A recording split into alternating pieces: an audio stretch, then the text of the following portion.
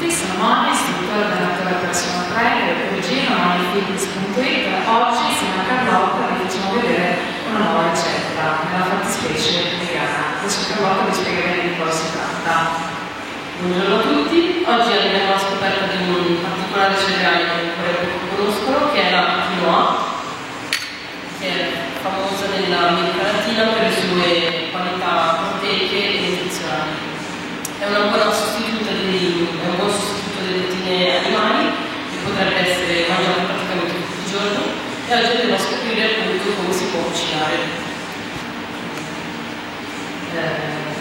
No, scusami, si può utilizzare anche per, come dice giustamente lei, anche il coach nutrizionale, per cui tutto quello che dice è sacrosanto, giustissimo, è un ottimo integratore alimentare, quindi anche posta veramente, giusto? Assolutamente, infatti potrebbe anche essere utilizzato all'interno del frullato e potrebbe essere messo all'interno del frullato per aumentare la quantità proteica e anche i carboidrati, quindi è perfetto anche post allenamento.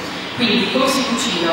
Semplicemente si fa bollire una pentola di acqua e si sala l'acqua, dopodiché per 20 minuti deve essere cotta per 20 minuti, dopodiché va scolata e si può guarnire come ci piace. Quindi si mette appunto la nostra quinoa che è già cotta in questo momento, dopodiché nel frattempo che la nostra quinoa cuoce facciamo in una padella scottare delle verdure. In questo caso io ho messo peperoni, funghi, piselli e un goccino di olio per extravergine d'oliva, si fa andare a fuoco lento per 10 minuti. Allora, questa verdura qua, i peperoni sono gialli tagliati a mestiere, giusto? I funghi sono solo champignon e i piselli sono probabilmente, non so, giusto? Tu quando ti fai andare in padella mezza grande ci metti delle spezie, delle cose. Allora, di solito, vabbè, sono profumatissimi. Sì, allora peperoncino e la curcuma, che è una spezia indiana che è nota anche per le sue proprietà anticancro, possono addirittura prevenire tumori, quindi è una spezia che andrebbe usata molto di più anche nella nostra cucina.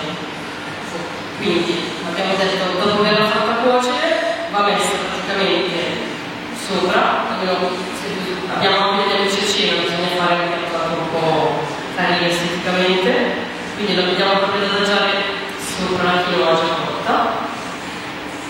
Ok, quindi mi raccomando di verdure potete abbondare perché comunque fanno bene, danno anche il senso di sazietà. Ok, quindi per adesso risulta così. Dopodiché il pezzo forte, diciamo, è il tofu, che anche questo è noto per le sue qualità proteiche vegetali. Una cosa voglio dire, che la quinoa viene per gli intolleranti perché è priva di glutine, quindi è una ricetta che possono, esatto, gluten free e possono appunto utilizzarla tutti. Il tofu come l'ho fatto? Allora, il panetto di tofu bianco, che ormai è reperibile in qualsiasi supermercato, passato con il sesamo, con i semi di sesamo. Prima di essere cotto si passa dal sesamo e dopodiché si mette in padella un attimino per farlo cuocere e farlo tostare i semi. E dopodiché si guarnisce anche sopra così. E ti dà un po' il senso di croccantezza del sesamo che è piacevole.